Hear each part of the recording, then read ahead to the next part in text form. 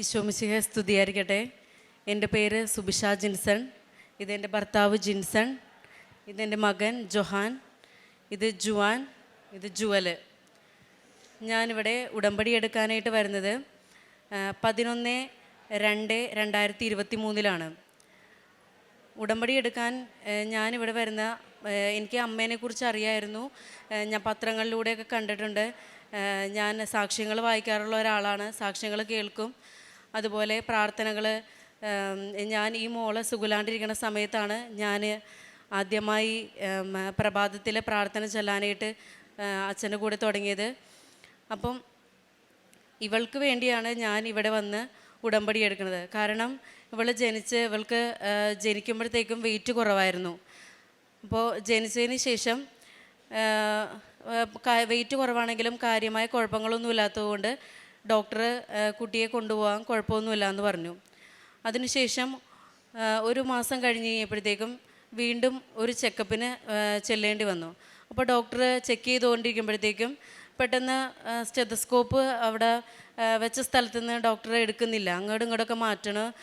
കൊച്ച് തട്ടിയെ കളയുന്നുണ്ടെങ്കിലും ഡോക്ടർ അത് മാറ്റണില്ല. ഡോക്ടർ അങ്ങനെ തന്നെ നോക്കിക്കൊണ്ടിരിക്കുകയാണ്. അപ്പോൾ എനിക്ക് എന്തോ ഒരു പന്തിയില്ലായ്മ തോന്നി. എന്താണാവോ ഇങ്ങനെ മാറ്റാതെ വെച്ചുകൊണ്ടിരിക്കുന്നതെന്ന്. അപ്പം ഞാൻ ഓർത്തു എന്തെങ്കിലും ഡോക്ടർക്ക് കറക്റ്റായിട്ട് എന്തെങ്കിലും മനസ്സിലാവാൻ വേണ്ടിയായിരിക്കും എന്ന് ഞാൻ ഓർത്തു.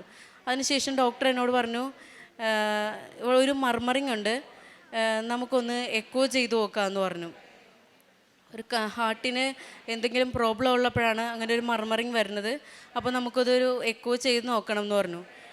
ഇതറിഞ്ഞപ്പോഴേക്കും കൂടെ ഹസ്ബൻഡില്ല. ഹസ്ബൻഡ് വിദേശത്ത് ജോലി ചെയ്യുന്ന ആളാണ്. ഞാനും അമ്മയും കൂടിയാണ് ഈ കുഞ്ഞിനെയും കൊണ്ട് പോയിരിക്കുന്നത്. ഇത് കേട്ട ഉടനെ തന്നെ എൻ്റെ ചെവിട്ടിൽ നിന്ന് ആകെ പുക പോകുന്നത് പോലെയാണ്. എനിക്ക് കണ്ണൊന്നും കാണാൻ പറ്റില്ല. ഞാൻ ആ ചെയറിലങ്ങിരുന്നു. കുറച്ച് കഴിഞ്ഞപ്പോഴത്തേക്കും ഡോക്ടർ പറഞ്ഞു, താൻ വിഷമിക്കണ്ട, നമുക്കൊന്ന് ചെയ്ത് നോക്കാം, എന്താ വിവരമെന്ന് നമുക്കറിയാലോ എന്ന് പറഞ്ഞു. അങ്ങനെ കുഞ്ഞിനെ കാർഡിയോളജിയിലേക്ക് റെഫർ ചെയ്തു. അവിടെ പീഡിയാട്രിക് കാർഡിയോളജിയിൽ കുഞ്ഞിനെ കാണിച്ച് കഴിഞ്ഞപ്പോഴത്തേക്കും ഡോക്ടർ പറഞ്ഞു, ഹാർട്ടിൻ്റെ വാൽവിന് 2 ഹോൾ ഉണ്ടെന്ന് പറഞ്ഞു. അങ്ങനെ ഞാൻ പുറത്തിറങ്ങിയതിന് ശേഷം ഞാൻ ആകെ കരയാൻ തുടങ്ങി. എനിക്കിത് എന്ത് ചെയ്യണം? ഹാർട്ട് ഓപ്പൺ ചെയ്ത് സർജറി ചെയ്യേണ്ടവരോ? എനിക്കൊന്നും അറിയാൻ പാടില്ല. ഞാൻ ആരോട് ചോദിക്കും? എനിക്ക് ഒന്നും കിട്ടാനില്ല. ഞാൻ എന്ത് ചെയ്യും? നിന്നോടത്ത് നിന്ന് ഞാൻ ആകെ കരയാണ്. അപ്പം അമ്മച്ചി എന്നോട് പറഞ്ഞു, നീ വിഷമിക്കല്ലേ, നമുക്ക് ദൈവത്തോട് പ്രാർത്ഥിക്കാം എന്ന് പറഞ്ഞു. അതിനുശേഷം ഞാൻ ഇവിടെ ഈ കൃപാസനത്തെ പറ്റി ധാരാളം കേൾക്കുന്നുണ്ട്, സാക്ഷ്യങ്ങളൊക്കെ കാണുന്നുണ്ടെങ്കിലും ഇങ്ങോട്ട് വരാൻ, അതായത് എനിക്ക് ഹസ്ബൻഡ് ഉണ്ടെങ്കിൽ മാത്രമേ കുഞ്ഞുങ്ങളെ കേട്ട് വരാനായിട്ട് പറ്റുള്ളൂ. എൻ്റെ അനിയൻ ഒരു ആക്സിഡൻറ്റ് മൂലം തളർന്ന് കിടക്കുകയാണ്. അപ്പോൾ വീട്ടിൽ നിന്ന് ആരെങ്കിലും കൊണ്ടുവരണമെങ്കിൽ എനിക്ക് അവരോടൊപ്പം വരാനായിട്ട് പറ്റില്ല. അവനാരെങ്കിലും വേണം കൂടെ. പിന്നെ ഞാനും അമ്മയും 3 കുഞ്ഞുങ്ങളുമാണ് വീട്ടിൽ താമസിക്കുന്നത്. അപ്പോൾ എന്ത് ചെയ്യണം എന്നറിയാണ്ട് ഞാനിങ്ങനെ നിൽക്കുന്ന സമയത്ത് യാദൃശ്ചികമായിട്ട് എനിക്കൊരു കൃപാസനം പേപ്പർ കിട്ടി. കൃപാസനം പേപ്പർ കിട്ടിക്കഴിഞ്ഞപ്പോൾ അതിൽ കൊടുത്തിരിക്കുന്നൊരു വാക്യം ഇങ്ങനെയാണ്, ദൈവത്തിനൊന്നും അസാധ്യമല്ല, ലൂക്ക 1:37. അത് കണ്ടു കഴിഞ്ഞപ്പോഴത്തേക്കും എനിക്ക് ആകെ ഒരു എനിക്ക് വേണ്ടി ദൈവം എന്തോ ചെയ്യണമെന്നുള്ളൊരു തോന്നൽ എനിക്കുണ്ടായിരുന്നു. ദൈവത്തിനൊന്നും അസാധ്യമല്ല, മനുഷ്യർക്ക് സാധ്യമല്ലാത്തത് ദൈവത്തിന് സാധ്യമാണെന്നുള്ളൊരു തോന്നൽ എനിക്കപ്പോൾ ഉണ്ടായിരുന്നു. ഞാൻ വേഗം എനിക്ക് പിന്നെ കൃപാസനത്തിലേക്ക് എങ്ങനെയെങ്കിലും വരണമെന്നായിരുന്നു. കൃപാസനത്തിൽ വരണം അങ്ങനെ ദിനം പ്രതി ഞാൻ അങ്ങനെ ആലോചിച്ചുകൊണ്ടിരിക്കുകയാണ്. അപ്പം കുറച്ച് ദിവസങ്ങൾ കഴിഞ്ഞ് കഴിഞ്ഞപ്പോഴത്തേക്കും ഞാനപ്പോൾ ഹസ്ബൻഡിനോട് പറയും, എനിക്ക് കൃപാസനത്തിൽ പോകണം. അപ്പോൾ ഹസ്ബൻഡ് വിശ്വാസമുള്ള ഒരാളാണ്. പക്ഷേ കൃപാസനമായിട്ട് നമ്മൾ വീട്ടിൽ നിന്ന് ആരും അങ്ങനെ പോന്നിട്ടില്ല, അങ്ങനെ അറിയില്ല കൃപാസനത്തെ പറ്റി കാര്യങ്ങളൊന്നും. പറയും, ഞാൻ വന്നിട്ട് പോകാം, കുഞ്ഞല്ലേ, അപ്പോൾ ഞാൻ വന്നിട്ട് പോകാമെന്ന് പറയാം. പക്ഷേ എനിക്ക് എങ്ങനെയെങ്കിലും ഇവിടെ എത്തണം. എനിക്ക് അടുത്ത സ്കാനിങ് പറഞ്ഞിരിക്കുന്ന മാർച്ചിലാണ് പറഞ്ഞിരിക്കുന്നത്. അപ്പോൾ അതിനു മുന്നേ എനിക്ക് ഈ കുഞ്ഞിനെയും കൊണ്ട് ഇവിടെ എത്തി അമ്മേനെ കാണിക്കണം. അമ്മയുടെ സംരക്ഷണം എൻ്റെ കുഞ്ഞിന് വേണം എന്ന് കരുതി ഞാൻ വീണ്ടും അമ്മേനോട് പ്രാർത്ഥിക്കാൻ തുടങ്ങി. അപ്പോൾ ഞാൻ രാവിലെ പ്രത്യക്ഷീകരണ പ്രാർത്ഥന ചെല്ലാറുണ്ട്. ഞാൻ അന്ന് റെക്കോർഡിക്കലായിട്ട് വരുമ്പോഴത്തേക്കും ഞാൻ അപ്പോഴും എഴുന്നേറ്റ് നിന്ന് പ്രാർത്ഥിക്കും, ജപമാല ചൊല്ലും. എനിക്ക് ഇത്രയുള്ള കുഞ്ഞാണെങ്കിലും ഞാൻ പള്ളിയിൽ പോകാറുണ്ട്. അപ്പോൾ എനിക്കങ്ങോട്ട് എങ്ങനെയെങ്കിലും ഇവിടെ വരണം അങ്ങനെയുള്ളൊരു തോന്നലായിരുന്നു. അതിനുശേഷം ഒരു ദിവസം ഞാൻ അപ്പോൾ എന്താണ് കൃപാസനം എന്നുള്ള ഒരു ഇതൊന്നും എനിക്കറിയില്ല. ഞാനിങ്ങനെ കൃപാസനത്തെ പറ്റി മാതാവ് പ്രത്യക്ഷപ്പെട്ടു, അച്ഛൻ കണ്ടു, അങ്ങനെയൊക്കെ അതിനൊന്നും എനിക്ക് അങ്ങനെ കറക്റ്റായിട്ട് അറിയില്ല. എന്താ ഇതിൻ്റെ ഒരു ഇതൊന്നും എനിക്ക് കാര്യമായിട്ട് അറിയില്ലായിരുന്നു. അങ്ങനെ ഞാനൊരു ചാനലിൽ അച്ഛൻ്റെ ഒരു ഇൻ്റർവ്യൂ കാണാൻ തുടങ്ങി. ആ ഇൻ്റർവ്യൂ കണ്ടു കഴിഞ്ഞപ്പോഴത്തേക്കും ഞാൻ അടുത്ത എപ്പിസോഡ് കണ്ടു. അപ്പോഴാണ് അച്ഛൻ മാതാവ് പ്രത്യക്ഷപ്പെട്ടെന്നും ഒരു ആരാധന മധ്യേ പ്രത്യക്ഷപ്പെട്ടതാണെന്നും ഇതുപോലെ ധാരാളം ആൾക്കാർ വന്ന് അവരുടെ സാക്ഷ്യങ്ങളാണ് ഈ ആൾത്താരയിൽ വന്നിരുന്ന് പറയണത് കേട്ടപ്പോൾ പിന്നെ എനിക്കിവിടെ വന്നേ പറ്റുള്ളൂ. അപ്പം ഞാൻ ഹസ്ബൻഡിനോട് പറഞ്ഞു, എനിക്ക് ഇനി എന്തായാലും പോയേ പറ്റുള്ളൂ, എനിക്ക് പോകാനുള്ള പൈസ വേണം. അപ്പോൾ ഹസ്ബൻഡ് പറഞ്ഞു, ഞാൻ വന്നിട്ട് പോകാമെന്നൊക്കെ പറഞ്ഞു. എന്നിട്ട് ഓരോ ദിവസവും പറയും, എനിക്ക് പൈസ വേണം പോകാൻ. അപ്പം നമ്മൾ ചിലവ് കഴിഞ്ഞിട്ടുള്ള ബാക്കി ഇങ്ങോട്ട് വരാനായിട്ട് എനിക്ക് കാറൊക്കെ പിടിച്ച് വരണം. ഞാനപ്പം ഈ കുഞ്ഞുങ്ങളെയുമായിട്ട് ഞാൻ ഒരു ദിവസം മനസ്സോടെ ഭർത്താവ് എനിക്ക് പൈസ എന്നിട്ട് പറഞ്ഞു, എന്നാൽ നീ കൃപാസനത്തിൽ പോകുമെന്ന് പറഞ്ഞു. ഞാൻ വേഗം ഈ കുഞ്ഞുങ്ങളെയുമായിട്ട്, എൻ്റെ അമ്മയുണ്ട്, ചേച്ചി ഉണ്ടായിരുന്നു, 2 അമ്മമാരും ഉണ്ടായിരുന്നു. അങ്ങനെ ഞാൻ ഇവിടെ വന്നു. ഇവിടെ വന്നതിന് ശേഷം ഞാൻ വേഗം ഒത്തിരി തിരക്കുള്ള ഒരു 2-ാം ശനിയാഴ്ച ആയിരുന്നു ഞാൻ വന്നത്. ഒത്തിരി തിരക്കുള്ളൊരു ദിവസമായിരുന്നു. അപ്പോൾ വന്നതിന് ശേഷം ഞാൻ ക്യൂ നിന്ന് കഴിഞ്ഞിട്ട് എനിക്ക് കൊച്ചിനെയും പിടിച്ചുകൊണ്ട് നിൽക്കണത് ഈ 3 പിള്ളേരൊക്കെ ഉള്ളതെന്ന് അതൊന്നും ഒരു പ്രശ്നമല്ല. എനിക്ക് എങ്ങനെയെങ്കിലും ഉടമ്പടി എടുക്കണം എന്നുള്ള ഒരു ഇതായിരുന്നു. അപ്പോൾ എന്നോട് അമ്മച്ചി ചോദിക്കണ്ട, നിനക്ക് കൊണ്ട് പറ്റുമോ, ഇത്രയും കുഞ്ഞിനെ വെച്ചിട്ട് സാധിക്കുമോ എന്നൊക്കെ ചോദിക്കണ്ട. അപ്പം പറഞ്ഞു, എനിക്ക് പറ്റും, എനിക്ക് എന്തായാലും എനിക്ക് ഉടമ്പടി എടുത്തേ പറ്റുള്ളൂ എന്ന് പറഞ്ഞ് ഞാൻ ഇവിടെ കയറി ഉടമ്പടി എടുത്ത്. അതിനുശേഷം ഞാൻ ഇവിടെ വരുമ്പോൾ കുർബാനയായിരുന്നു. ഞാൻ മാതാവിനെ ഒന്ന് കണ്ടിട്ട് ഉടമ്പടി എടുക്കാൻ പോയി. അതിനുശേഷം ഇവിടെ വന്ന് കുഞ്ഞിനെ നിലത്ത് വെച്ച് എനിക്ക് എന്താണ് പറയേണ്ടതെന്ന് അറിയാൻ പാടില്ല മാതാവിനോട്. എനിക്ക് കുഞ്ഞിൻ്റെ രോഗം മാറ്റിക്കിട്ടണമെന്നോ അസുഖം മാറ്റിക്കിട്ടണമെന്നോ ഇതിന് പൈസ ഇതിന് എന്തെങ്കിലും ചെയ്തു കഴിഞ്ഞിട്ടുണ്ടെങ്കിൽ ഞാനിങ്ങനെ നോക്കും. എനിക്കൊന്നും അറിയാൻ പാടില്ല. ഞാനൊരു ബിഗ് സീറോയിൽ നിൽക്കുകയാണ്. അപ്പം ഞാൻ ഇങ്ങനെ നിന്ന് മാതാവിനോട് ഒന്നും പറയാനില്ല. എൻ്റെ കണ്ണിൽ നിന്ന് ഇങ്ങനെ കണ്ണീര് ഒഴുകിക്കൊണ്ടിരിക്കുകയാണ്. ഇവിടെ ഒഴുകിക്കൊണ്ടിരുന്ന് കണ്ണ് കാണാമെന്നുള്ള പരിവായി കഴിഞ്ഞപ്പോഴത്തേക്കും ഞാൻ നോക്കുമ്പോഴുണ്ട് മാതാവിൻ്റെ ആ കൈ ഇരിക്കണത് മാതാവിൻ്റെ ഹൃദയത്തിലാണ്. ഞാൻ മാതാവിനോട് പറഞ്ഞു, മാതാവേ, ആ ഹൃദയത്തിലിരിക്കുന്ന കൈ കുറച്ചുകൂടി താഴ്ത്തി എൻ്റെ കുഞ്ഞിൻ്റെ വാൽവിലേക്ക് വെക്കണേന്ന്. ഞാൻ എന്നിട്ട് ഓരോ ദിവസവും മാതാവിനോട് പ്രാർത്ഥിക്കും, എൻ്റെ കുഞ്ഞിൻ്റെ ആ വാൽവിലേക്ക് അമ്മയുടെ കൈ ചെല്ലണം, അമ്മയുടെ സംരക്ഷണം എൻ്റെ കുഞ്ഞിന് വേണം, ദിനം പ്രതി പ്രാർത്ഥിക്കും. ഞാൻ എന്നിട്ട് വീട്ടിൽ ചെന്നു. ഉടമ്പടി അന്ന് ഞാൻ ആരംഭിച്ചില്ല. കാരണം എനിക്ക് ഇവളെ ഈ അസുഖങ്ങളൊന്നും വരാൻ പാടില്ല, അധികം പുറത്തോട്ടൊന്നും കൊച്ചിനെ കൊണ്ടുപോകാൻ പാടില്ല. അപ്പം അതുകൊണ്ട് ഞാൻ ഇവളെ ഈ അമ്മയുണ്ട്. അപ്പം ഞാൻ രാവിലെ പള്ളിയിൽ പോവുകയാണെങ്കിൽ അമ്മ പോവും, ചില ഞായറാഴ്ചകളിൽ പോകാൻ പറ്റില്ല, അങ്ങനെയുള്ള ഇതായിരുന്നു. അപ്പോൾ എനിക്ക് കുമ്പസാരിക്കണമായിരുന്നു. അപ്പം ഞാൻ ഇവിടെ വരുമ്പോഴും എനിക്ക് കുമ്പസാരിക്കാനായിട്ടുള്ളൊരു സാഹചര്യം ഉണ്ടായിരുന്നില്ല. ഞാൻ തിരികെ വീട്ടിൽ ചെന്നു. അന്ന് ഞാൻ തുടങ്ങിയില്ല. പിറ്റേ ദിവസം രാവിലെ ഞാൻ അച്ഛൻ പള്ളിമേടയിൽ പോയി അച്ഛനോട് പറഞ്ഞു, എനിക്കൊന്ന് കുമ്പസാരിക്കണം അച്ഛോ എന്ന് പറഞ്ഞു. വേഗം കുമ്പസാരിച്ചു. അന്ന് മുതൽ ഞാൻ ഈ മാതാവിനോട് കൂടെ ആയിരിക്കാനായിട്ട് തുടങ്ങി. എന്നെക്കൊണ്ട് കഴിയുന്ന എല്ലാ കാര്യങ്ങളും ഞാൻ ചെയ്യാൻ തുടങ്ങി. ആ ഒരവസ്ഥയിൽ എന്നെക്കൊണ്ട് എന്തൊക്കെ ചെയ്യാൻ പറ്റുമോ ഞാൻ അതൊക്കെ ചെയ്യാൻ തുടങ്ങി. ഞാൻ മറ്റുള്ളവരെ സഹായിക്കാൻ തുടങ്ങി. അതുപോലെ ഇതിൽ പറഞ്ഞിരിക്കുന്നത് പോലെ അസൂയ, ദേഷ്യം, അങ്ങനെയുള്ള കാര്യങ്ങളൊക്കെ നിയന്ത്രിക്കാൻ, കുറച്ചുകൂടി മാതാവിനോട് അടുത്തായിരിക്കാൻ, പ്രാർത്ഥനകൾ ചൊല്ലാൻ, മറ്റുള്ളവരെ സഹായിക്കാൻ. പിന്നെ ഞങ്ങളുടെ ഇവിടെ കുറച്ച് പേര്, അപ്പം എനിക്ക് ആ അവസ്ഥയിൽ ഒരു സ്ഥലത്ത് കൊണ്ടുചെന്ന് പൊതിച്ചോറ് കൊടുക്കാനോ രോഗികളെ ശുശ്രൂഷിക്കാനോ ഒന്നും എനിക്കപ്പോൾ സാധ്യമായിരുന്നില്ല. ഞാനപ്പോൾ അവിടെ നിന്ന് പ്രാർത്ഥിക്കുമായിരുന്നു, മാതാവേ, എനിക്കിതിനൊന്നും കാരുണ്യപ്രവർത്തികൾ ചെയ്യാനൊന്നും എനിക്ക് പറ്റണില്ലല്ലോ എന്ന്. പ്രേക്ഷിത പ്രവർത്തനം പത്രം ഞാൻ എല്ലാവർക്കും കൊണ്ടേ കൊടുക്കുമായിരുന്നു. മാതാവിനോട് പ്രാർത്ഥിച്ച് പത്രം ഞാൻ എല്ലായിടത്തും കൊണ്ടേ കൊടുക്കും. പക്ഷേ എനിക്ക് കാരുണ്യപ്രവർത്തികളൊന്നും ചെയ്യാനായിട്ട് സാധിച്ചില്ല. അപ്പം അങ്ങനെ ഇരിക്കുകയാണ് ഞങ്ങളുടെ ഇവിടെ ഈ പൊതിച്ചോറ് കൊടുക്കാനായിട്ട് നമ്മളുടെ വീട്ടിൽ നിന്ന് ഒരു പൊതിച്ചോറ് തരുമെന്ന് ചോദിച്ചപ്പോഴത്തേക്കും ഞാൻ പറഞ്ഞു, ഞാൻ 10 പൊതിച്ചോറ് തന്നേക്കാമെന്ന് പറഞ്ഞു. അപ്പം ഞാൻ ആ 10 പൊതിച്ചോറ്, അതുപോലെ പിന്നെ ഞാൻ വണ്ടി ഓടിക്കണ ഒരാളാണ്. ഞാൻ ചിലപ്പോൾ ആർക്കെങ്കിലും വയ്യാതെ വരണമെങ്കിൽ അവരെവിടെയെങ്കിലും കൊണ്ടുപോയി ആക്കാൻ, അതുപോലെ എന്തെങ്കിലും എന്നെക്കൊണ്ട് ചിലപ്പോൾ ഒരു 100 രൂപയായിരിക്കും, എൻ്റെ കൂടെയുള്ളവർക്ക് ആർക്കെങ്കിലും നമുക്കൊരു സഹായം ചെയ്യാൻ, അങ്ങനെയൊക്കെ ഞാൻ ശ്രമിച്ചിട്ടുണ്ട്. അങ്ങനെ ഇരിക്കെ ഞങ്ങൾ വീണ്ടും ഇവിടെ വന്നതിന് ശേഷം പ്രാർത്ഥന കണ്ടിന്യൂ ചെയ്തു. ഞാൻ ആകെ അടുത്ത സ്കാനിങ് പറഞ്ഞിരുന്നത് മാർച്ച് മാസത്തിലായിരുന്നു. അപ്പോൾ മാർച്ച് മാസത്തിൽ ഞാൻ സ്കാനിങ്ങിന് പോണതിന് മുന്നേ ആയിട്ട് ഈ കുഞ്ഞിൻ്റെ നെഞ്ചിൽ എന്നും കുടുംബ പ്രാർത്ഥന കഴിയുമ്പോഴത്തേക്കും ഞാൻ കുരിശ് വരക്കുമായിരുന്നു. തൈലം കൊണ്ട് കുരിശ് വരക്കും. ഇവരെല്ലാവരെയും ഞാൻ അവർ കിടക്കാൻ നേരവും പ്രാർത്ഥന കഴിഞ്ഞതിന് ശേഷവും കുടുംബ പ്രാർത്ഥന കഴിഞ്ഞ് എല്ലാവരുടെയും നെറ്റിയിൽ കുരിശ് വരക്കും. ഈ കുഞ്ഞിൻ്റെ നെഞ്ചിനവിടെയായിട്ട് ഞാൻ കുരിശ് വരയ്ക്കുമായിരുന്നു. അങ്ങനെ സ്കാനിങ്ങിന് ചെന്നു. അവിടെ ചെന്ന് കഴിഞ്ഞപ്പോഴത്തേക്കും ഞാൻ ഒറ്റയ്ക്കേ ഉള്ളൂ ആദ്യത്തെ സ്കാനിങ്ങിന്. അവിടെ ചെന്ന് കഴിഞ്ഞ് കഴിഞ്ഞപ്പോഴത്തേക്കും ഡോക്ടർ എന്നോട് പറഞ്ഞു, സ്കാൻ ചെയ്തതിന് ശേഷം ഡോക്ടർ പറഞ്ഞു, ആ 2 വാൽവിൽ ഒരു വാൽവ് അങ്ങ് ചുരുങ്ങിയിട്ടുണ്ടെന്ന് പറഞ്ഞു. അതിനുശേഷം ഡോക്ടർ പറഞ്ഞു, ഈ ചുരുങ്ങിയത് കൊണ്ട് നമുക്കൊരു കാര്യം ചെയ്യാം, നമുക്കൊന്നും കൂടി വെയിറ്റ് ചെയ്യാം. ഇവൾക്ക് ഇങ്ങനെ ശ്വസിക്കുമ്പോൾ ഒരു മർമറിങ് ഉണ്ട്, നമ്മളിങ്ങനെ കൂർക്കം വലിക്കണ പോലെ ഒരു സ്വരം ഉണ്ടാവും. അപ്പം ചുരുങ്ങിയത് കൊണ്ട് ഡോക്ടർ പറഞ്ഞു ഒരു 6 മാസം കഴിയുമ്പോൾ വീണ്ടും വരാൻ പറഞ്ഞു. അപ്പം ഞാൻ ഡോക്ടറോട് ചോദിച്ചു, ഡോക്ടറെ എന്തെങ്കിലും മരുന്ന് കൊടുക്കണമെന്ന് ചോദിച്ചു. ഡോക്ടർ പറഞ്ഞു, മരുന്നിപ്പോൾ ഒന്നും കൊടുക്കണ്ട, നമുക്ക് നോക്കാം, പറ്റിയില്ലെങ്കിൽ ഒരു 2 വയസ്സൊക്കെ ആകുമ്പോഴത്തേക്കും നമുക്ക് കയ്യിലൂടെ ഇത് കയറ്റി നമുക്കങ്ങ് അടച്ചു കളയാമെന്ന് പറഞ്ഞു. അങ്ങനെ ഞാൻ അവിടെ നിന്ന് പോന്നു. വീണ്ടും പ്രാർത്ഥന കണ്ടിന്യൂ ചെയ്തു.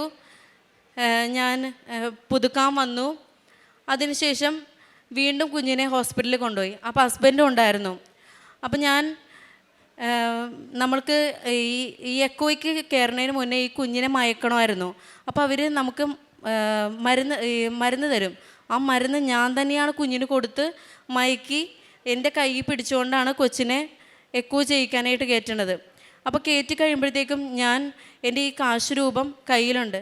അപ്പോൾ ഈ സ്കാനിങ്ങിന് പോയ സമയത്ത് ആരുമില്ലാത്ത ഈ സമയത്ത് ഞാൻ എൻ്റെ ബാഗിലാണ് കിടക്കുന്നത്. അതായത് നഷ്ടപ്പെട്ടു പോകുമെന്ന് കരുതി ഞാൻ ഈ കാശ് രൂപം അങ്ങനെ ഈ കഴുത്തിലൊന്നും ഇടാറില്ല, കാരണം ഇവരൊക്കെ പിടിച്ച് വലിക്കുമ്പോഴത്തേക്കും ചിലപ്പോൾ നഷ്ടപ്പെട്ടു പോകുമെന്ന് കരുതി. അപ്പം ഞാൻ എൻ്റെ ബാഗിൻ്റെ ഉള്ളിലത്തെ അറയിലാണ് ഇട്ടേക്കണത്. അപ്പോൾ ഒരു രാജാവ് പടവെട്ടാനൊക്കെ പോകുമ്പോഴത്തേക്കും ഉറയിൽ നിന്ന് വാളൂരണ പോലെയാണ് ഞാൻ ഈ കാശുരൂപം എടുക്കുന്നത്. കാരണം കാശുരൂപം മാത്രമുള്ള എൻ്റെ ധൈര്യം. ഈ കാശുരൂപത്തിൻ്റെ ആ ധൈര്യത്തിലാണ് ഞാൻ ഈ അകത്ത് കയറണത്. അപ്പോൾ അകത്ത് 2ാം പ്രാവശ്യവും കയറി കഴിഞ്ഞപ്പോഴത്തേക്കും ഡോക്ടർ എന്നോട് പറഞ്ഞു, ആദ്യത്തെ 2 വാൽവ് ഉള്ളതിൽ ആദ്യത്തെ വാൽവ് പൂർണ്ണമായിട്ടും അടഞ്ഞു പോയിന്ന്. അതിനുശേഷം വീണ്ടും ഡോക്ടർ പറഞ്ഞു, ഇനിയൊരു കാര്യം ചെയ്യാം, നിങ്ങൾ 1 വർഷമൊക്കെ കഴിഞ്ഞ് ബർത്ത്ഡേ ഒക്കെ ആഘോഷിച്ചിട്ട് വന്നാൽ മതിയെന്ന്. അങ്ങനെ ഞാൻ വീണ്ടും ഇവിടെ വന്ന് ഉടമ്പടിയൊക്കെ പുതുക്കി. അതിനുശേഷം ഞാൻ മാതാവിനോട് പറഞ്ഞു, മാതാവേ, എൻ്റെ പൂർണ്ണമായിട്ടും എൻ്റെ കുഞ്ഞിനെ അടയ്ക്കണം, ഇടത്ത് ഭാഗം അടയാനുണ്ട്, ഇനി പൂർണ്ണമായിട്ടും അടയ്ക്കണമെന്ന് പറഞ്ഞപ്പോഴത്തേക്കും ഡോക്ടർ, ഈ പീഡിയാട്രിഷ്യൻ കാണുന്ന ഡോക്ടർ പറഞ്ഞു, ഇടത് ഭാഗം അടക്കാനായിട്ട് കുറച്ച് ബുദ്ധിമുട്ടാണ്, അത്ര പെട്ടെന്നൊന്നും അടയില്ല, അപ്പോൾ അതുകൊണ്ട് നമുക്ക് അധികം നോക്കി നിൽക്കണ്ട, അടുത്ത പ്രാവശ്യം അത് ചുരുങ്ങിയില്ലെങ്കിൽ നമുക്ക് അത് അടച്ചു കളയണമെന്ന് പറഞ്ഞു. 2ാം പ്രാവശ്യം ചെന്ന് കഴിഞ്ഞപ്പോഴത്തേക്കും 1 വർഷം കഴിഞ്ഞ് ചെന്ന് കഴിഞ്ഞപ്പോഴത്തേക്കും അതിൻ്റെ പകുതിയോളം അടഞ്ഞു കഴിഞ്ഞു. ടൈനി ഹോൾ എന്നാണ് ഡോക്ടർ പറഞ്ഞത്, ടൈനി ഹോൾ. അങ്ങനെ തിരിച്ചു പോന്ന് ഡോക്ടർ മാതാവിനോട് പ്രാർത്ഥിക്കുമായിരുന്നു, മാതാവേ, ആ ടൈനി ആയിട്ടുള്ളിരിക്കുന്ന ആ സൂചി കടക്കാൻ പരുവമായി, ഇനി അത് നമ്മളൊന്നും ചെയ്യേണ്ടെന്ന് പറയും. അപ്പോൾ എന്നോട് ഡോക്ടർ ചോദിച്ചു, എടാ താൻ എന്തോ മന്ത്രമാണോ പ്രയോഗിച്ചതെന്ന് ചോദിച്ചു. ഇത്ര പെട്ടെന്ന് ഒരു മരുന്നും കൂടാണ്ട് അടഞ്ഞു പോകാൻ എന്ത് മന്ത്രമാണ് പ്രയോഗിച്ചതെന്ന് ചോദിച്ചു. അപ്പം ഞാൻ ഈ പീഡിയാട്രീഷ്യനോട് പറഞ്ഞു, ഞാൻ മാതാവിനോട് പ്രാർത്ഥിക്കുമായിരുന്നു, മാതാവിൻ്റെ സംരക്ഷണം എൻ്റെ കുഞ്ഞിനുണ്ടാകും എന്ന് പറഞ്ഞു. അതിനുശേഷം തിരിച്ചു പോന്നു. ഈ മാർച്ചിൽ അവളുടെ സ്കാനിങ്ങിന് 1 വർഷം കഴിഞ്ഞിട്ട് വീണ്ടും ചെല്ലാൻ പറഞ്ഞു. അന്ന് ചെന്ന് കഴിഞ്ഞപ്പോഴത്തേക്കും അവൾക്ക് പൂർണ്ണമായിട്ടും ആ വാൽവ് 2 വാൽവുകളും പൂർണ്ണമായിട്ടും അടഞ്ഞുപോയി. കൊച്ചിനിപ്പോൾ 2.5 വയസ്സ് 3 വയസ്സാവാൻ പോകുന്നതേ ഉള്ളൂ. ഞാൻ ഒരു മാർച്ചിലാണ് ഉടമ്പടി എടുത്തത്. 25 മാർച്ച് ആയി കഴിഞ്ഞപ്പോഴത്തേക്കും അമ്മ എൻ്റെ കുഞ്ഞിൻ്റെ വാൽവ് പൂർണ്ണമായിട്ടും അടച്ച് അവളെ സൗഖ്യപ്പെടുത്തി. ഇനി 2ാമതായിട്ട് പറയാനുള്ളത് എൻ്റെ ഈ മോൻ്റെ കാര്യമാണ്. ഇവന് ഒരു പനി വന്ന് ലിസി ഹോസ്പിറ്റലിൽ അഡ്മിറ്റായിരുന്നു. അതിനുശേഷം ഹോസ്പിറ്റലിൽ നിന്ന് ഡിസ്ചാർജായി. അപ്പോൾ ഉച്ചയ്ക്ക് ഞാൻ ഈ 2 കുഞ്ഞുങ്ങളെ അമ്മച്ചിയുടെ അടുത്ത് കൊടുത്തിട്ട്, എൻ്റെ അമ്മയാണ് ഇവൻ്റെ അടുത്ത് ഇരിക്കണേ. അപ്പം ഞാൻ അങ്ങോട്ട് ചെന്ന് കഴിഞ്ഞപ്പോഴത്തേക്കും അമ്മച്ചി എന്നോട് പറഞ്ഞു, ഇതുവരെയും ഡിസ്ചാർജായെന്ന് പറഞ്ഞു, പക്ഷേ ഇതുവരെ ഒന്നും റെഡി ആയിട്ടില്ല എന്ന് പറഞ്ഞു. അപ്പോൾ ഹസ്ബൻഡിൻ്റെ പിന്നെ ഒരു ഇൻഷുറൻസ് ഉണ്ട്, കമ്പനിയിലെ ഒരു ഇൻഷുറൻസ് ഉണ്ട്. പക്ഷേ ആ ഇൻഷുറൻസിൻ്റെ ഇതുവരെയും ശരിയായിട്ടില്ല. അങ്ങനെ 5 മണിയായി, 6 മണിയായി, 7 മണിയായി. ഞാൻ അവസാനം ഹസ്ബൻഡിനെ വിളിക്കാൻ തുടങ്ങി. ഹസ്ബൻഡിനെ വിളിക്കുമ്പോഴത്തേക്കും ഹസ്ബൻഡിനെ കിട്ടണില്ല. അപ്പോൾ എന്നോട് ഇവർ പറഞ്ഞു, ഞങ്ങൾ 8 മണി വരെ ഇവിടെ ഉണ്ടാവുള്ളൂ, നിങ്ങൾക്ക് വേണമെങ്കിൽ ഇപ്പോൾ ഇത് ചെയ്യാം, അല്ലെന്നുണ്ടെങ്കിൽ എമൗണ്ട് ഇവിടെ അടക്കേണ്ടി വരുമെന്ന് പറഞ്ഞു. 25,000 രൂപയുണ്ട്. എൻ്റെ കയ്യിലാണെങ്കിൽ ഒരു 2,000 രൂപ മാത്രമാണ് എൻ്റെ കൈവശമുള്ളത്. ഞാനിത് എന്ത് ചെയ്യണം എന്നോർത്ത് എനിക്കൊരു പിടിയില്ല. 2 കുഞ്ഞുങ്ങളാണെങ്കിൽ ഒരമ്മയുടെ അടുത്ത്, ഇവനാണെങ്കിൽ എൻ്റെ കൂടെ ആശുപത്രിയിൽ. ഈ പൈസ ആ സമയത്ത് ഞാൻ എവിടെ നിന്ന് ഉണ്ടാക്കും? 8 മണിയാവണം, 7:30 കഴിഞ്ഞു.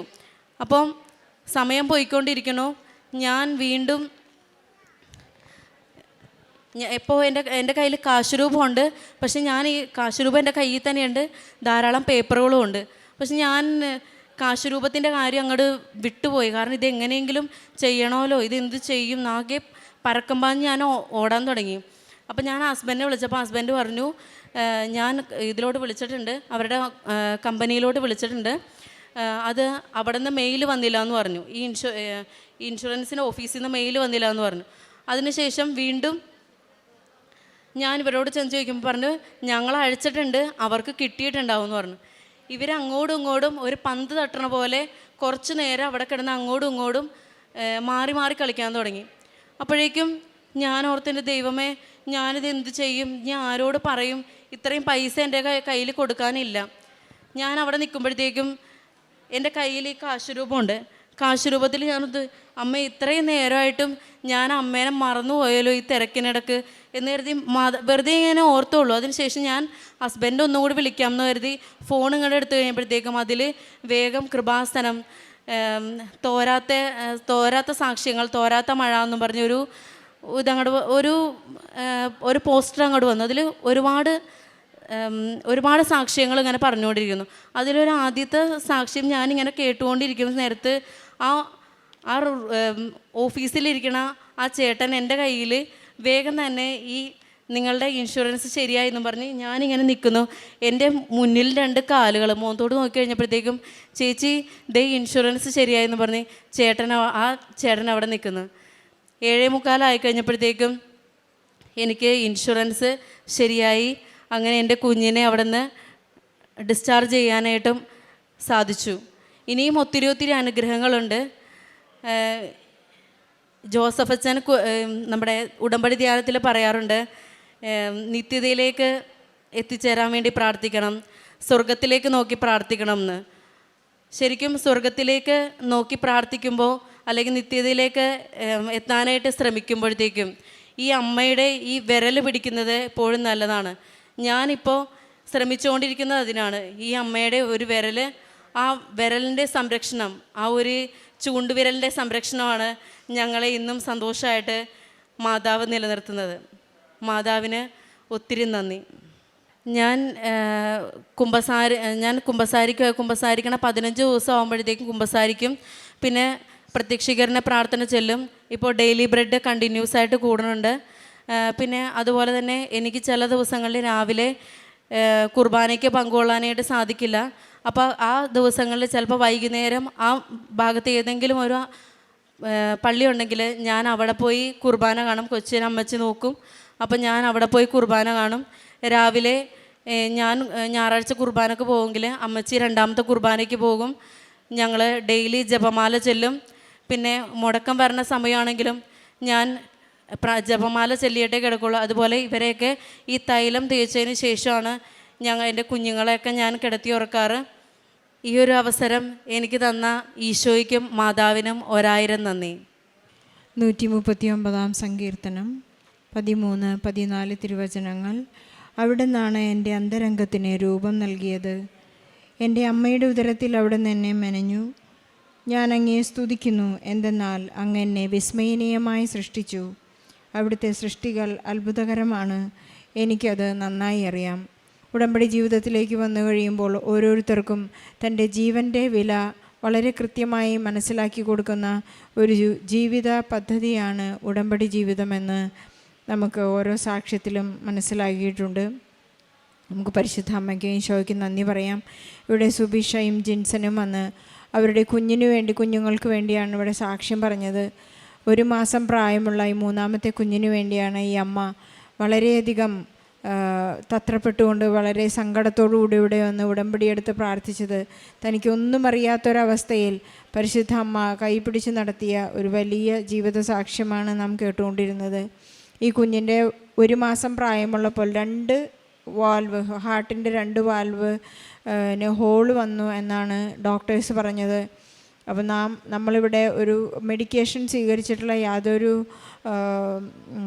സാക്ഷ്യങ്ങളും നമുക്കിവിടെ പറയേണ്ട ആവശ്യമില്ല എന്ന് നാം എപ്പോഴും പറയാറുണ്ട്. ഈ സാക്ഷ്യം കേട്ടുകൊണ്ടിരിക്കുമ്പോൾ തന്നെ ഞാൻ ഇത് പറഞ്ഞു, ഇത് റിജക്റ്റഡ് ആവാനാണ് സാധ്യത. കാരണം അപ്പോഴാണ് ഈ അമ്മ വീണ്ടും എന്നെ ഇൻസിസ്റ്റ് ചെയ്ത് പറഞ്ഞു, സിസ്റ്റർ അങ്ങനെയല്ല, ഈ കുഞ്ഞിന് യാതൊരു മെഡിക്കേഷനും ഉണ്ടായിട്ടില്ല, സ്കാനിങ് മാത്രമേ ഉണ്ടായിട്ടുള്ളൂ.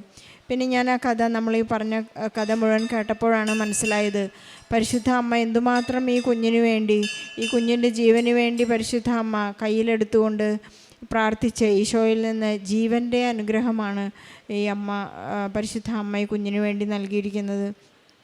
എന്നെ അത്ഭുതപ്പെടുത്തിയത് ഇതല്ല, ഈ 3 കൈക്കുഞ്ഞുങ്ങളുമായി തനിയെ ഇവിടെ വന്ന് ഉടമ്പടി ജീവിക്കാനുള്ള വലിയ തീക്ഷ്ണത കാണിക്കുന്നതാണ് എന്നെ വളരെയധികം അത്ഭുതപ്പെടുത്തിയത്.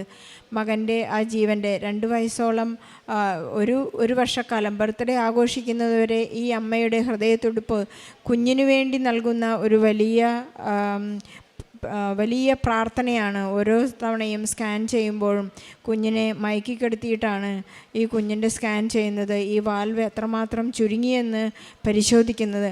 അവിടെയെല്ലാം ഓരോ സമയത്തും വാൽവ് ചുരുങ്ങിക്കൊണ്ടിരിക്കുന്നതായി പരിശുദ്ധ അമ്മ ഈ മകളെ അറിയിക്കുകയായിരുന്നു. അമ്മയ്ക്ക് നാം ഒരു പ്രശ്നം ഏൽപ്പിച്ചു കഴിഞ്ഞാൽ ഉടനെ അമ്മ അത് ഏറ്റെടുക്കുകയും നമ്മുടെ ജീവന് തടസ്സമായി നിൽക്കുന്ന എല്ലാ പ്രശ്നങ്ങൾക്കും പരിശുദ്ധ അമ്മ പരിഹാരം നൽകുന്നു. ഉടൻ പരിഹാരം നൽകുന്ന അമ്മ തന്നെയാണ് വീണ്ടും ഇവരുടെ ഓരോരോ കാര്യങ്ങളിലും പ്രത്യക്ഷപ്പെട്ടുകൊണ്ട് അവർക്ക് ആശ്വാസം നൽകുന്നതും സുഗന്ധാഭിഷേകത്തിലൂടെയും മഴവില്ലിലൂടെയും എല്ലാം നമുക്ക് ആശ്വാസവും സാമീപ്യവും നൽകി അനുഗ്രഹിക്കുന്നത്. തനിക്ക് തൻ്റെ എല്ലാ കഴിവുകളെയും എല്ലാ യോഗ്യതകളെയും അടിയറ വെച്ച് കഴിയുമ്പോഴാണ് പരിശുദ്ധ അമ്മയ്ക്ക് നമ്മുടെ ജീവിതത്തിൽ ഇടപെടാൻ സാധിക്കുന്നതെന്ന് നമുക്ക് മനസ്സിലാക്കാം. ഈ മൂത്ത മകൻ്റെ ഇൻഷുറൻസ് ഹോസ്പിറ്റൽ ബിൽ പേ ചെയ്യേണ്ട സമയത്ത് ഇവർക്ക് ഇൻഷുറൻസ് പാസ്സായി കിട്ടാനായിട്ട് ലാസ്റ്റ് മൊമെൻ്റ് വരെ പരിശുദ്ധ അമ്മ കൂടെ നിന്ന ഒരു അനുഭവം നമ്മോട് പങ്കുവയ്ക്കുകയുണ്ടായി. നാം ഒന്നിനും തന്നെ ടെൻഷൻ അടിക്കേണ്ട, സ്ട്രെസ്സ് വേണ്ട എന്നാണ് ഉടമ്പടി ജീവിതം നമ്മോട് പറയുന്നത്. നാം ആവശ്യമില്ലാതെ പല കാര്യങ്ങളിൽ വ്യാപൃതരാകുന്നുവെന്ന് മർത്തയോട് ഈശോ ഓർമ്മിപ്പിക്കുന്നുണ്ട്. നാം ഉടമ്പടി എടുത്തു കഴിഞ്ഞാൽ മർത്തയോട് പറയുന്നത് പോലെയാണ് ഈശോ നമ്മോട് പറയുന്നത്, നിങ്ങളൊന്നിനെക്കുറിച്ചും ആകുലപ്പെടേണ്ട. അതെല്ലാം ലൗകികരായ വ്യക്തികളാണ് അതെല്ലാം ചെയ്യുന്നത്. നാം ഇപ്പോൾ ആത്മീയരാണ്. ആത്മീയതയിലേക്ക് വന്നു കഴിഞ്ഞാൽ ഈശോയാണ് നമ്മുടെ കാര്യങ്ങളെല്ലാം ക്രമീകരിച്ചു തരുന്നത്. എല്ലാത്തിനും ജീവൻ നൽകുന്നത് ഈശോയാണ്. നമുക്കെപ്പോഴും ഉടമ്പടിയിൽ ഉടൻ പരിഹാരം നൽകുന്ന പരിശുദ്ധ അമ്മയിൽ എപ്പോഴും ആശ്രയിച്ചുകൊണ്ടിരിക്കാം. അമ്മ നമ്മുടെ എല്ലാ കാര്യങ്ങളും ഈശോയെ ഏൽപ്പിക്കും. നമുക്കെപ്പോഴും ജീവനും സന്തോഷവും സമാധാനവും നൽകുന്ന അമ്മയ്ക്ക് ഈശോയ്ക്കും നല്ലൊരു കയ്യടി നൽകിക്കൊണ്ട് സുബിഷ ജിൻസന്റെ സാക്ഷ്യം നമുക്ക് സമർപ്പിക്കാം. അത്യപൂർവ ദൈവാനുഭവങ്ങൾ ഇനി നിങ്ങൾക്കും സ്വന്തം. ഈ യൂട്യൂബ് ചാനൽ ഇതുവരെ സബ്സ്ക്രൈബ് ചെയ്തിട്ടില്ലെങ്കിൽ ഇപ്പോൾ തന്നെ സബ്സ്ക്രൈബ് ചെയ്യുക. ഈ വീഡിയോ ഇപ്പോൾ തന്നെ നിങ്ങളുടെ സുഹൃത്തുക്കൾക്ക് ഷെയർ ചെയ്തുകൊണ്ട് കർത്താവിൻ്റെ പ്രേക്ഷിതരാകുക.